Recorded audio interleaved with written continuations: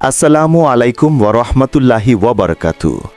আজ শুনব এক হৃদয় ছোঁয়া বাস্তব ইসলামিক ঘটনা। মসজিদে এক ভিক্ষুক ও আল্লাহর রহমাত। কেউ জানতো না নিউ ইয়র্কের ব্যস্ত রাস্তায় যে ভিক্ষুকটা ঠান্ডায় কাঁপতে কাঁপতে মসজিদের সামনে বসে থাকে, সেদিন তার জীবনের মোড় ঘুরে যাবে এক অলৌকিক ঘটনায়।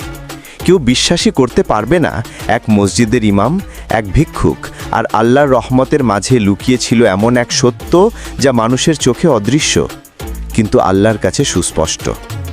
নিউ ইয়র্ক সিটির ব্রুকলিনে একটি পুরনো মসজিদ। বাইরে তুষার পড়ছে টুপটাপ, শহরের ব্যস্ততা থমকে গেছে বরফের চাদরের নিচে।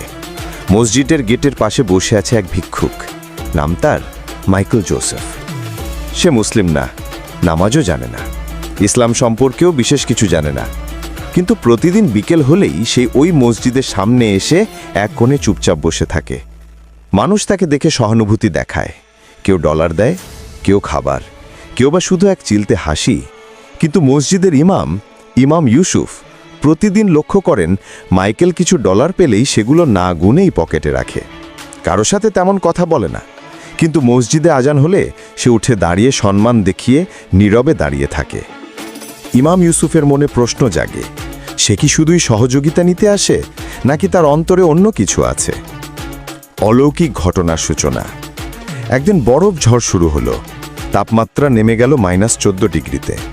মসজিদের দরজা বন্ধ হওয়ার সময় ইমাম বেরিয়ে দেখেন মাইকেল তুষারের মধ্যে কাঁপছে, মুখ নীল, হাত অবশ।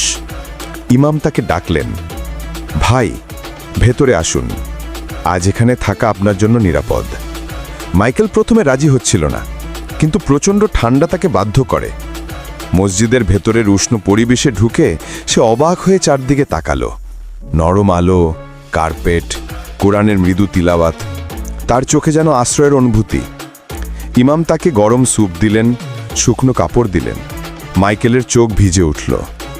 আপনারা কেন আমার জন্য এত করলেন? আমি তো মুসলিমও নই। ইমাম ইউসুফ হাসলেন, মানুষ হওয়াই আমাদের প্রথম পরিচয়। আল্লাহ দয়া করতে ভালোবাসেন, আর আমরা তার দয়ার বাহক হওয়ার চেষ্টা করি। মাইকেল মাথা নিচু করল, তার গলা কেঁপে উঠল। আমি জীবনে কারোর কাছ থেকে এমন আচরণ পাইনি। তার জীবনের অন্ধকার সত্য।